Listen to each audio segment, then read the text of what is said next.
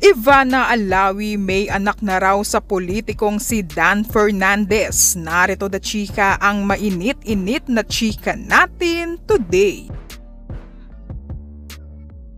Muling naging sentro ng usap-usapan sa mundo ng showbiz ang aktres at vlogger na si Ivana Alawi matapos umugong ang balitang umano'y may anak na ito sa dating aktor at ngayon politikong si Dan Fernandez. Ayon sa ulat mula sa kolumnistang si Christy Permin, lumalabas umano na may anak na sina Ivana Alawi at Dan Fernandez na kasalukuyang naninirahan sa Estados Unidos sa Amerika. Batay sa impormasyon mula sa kanyang show, tinatayang nasa 6 hanggang 7 gulang na ang nasabing bata na di umano'y bunga ng isang pribadong relasyon sa pagitan ng dalawa. Bagamat matagal nang nababalitang may special na ugnayan sina Ivana at Dan, hindi pa ito kailanman kinumpirma o itinanggi ng parehong panig. Kamakailan lamang ay muling uminit ang issue matapos mapansin ng ilang netizens ang mga pagkakapareho sa mga bahagi ng kanilang tahanan,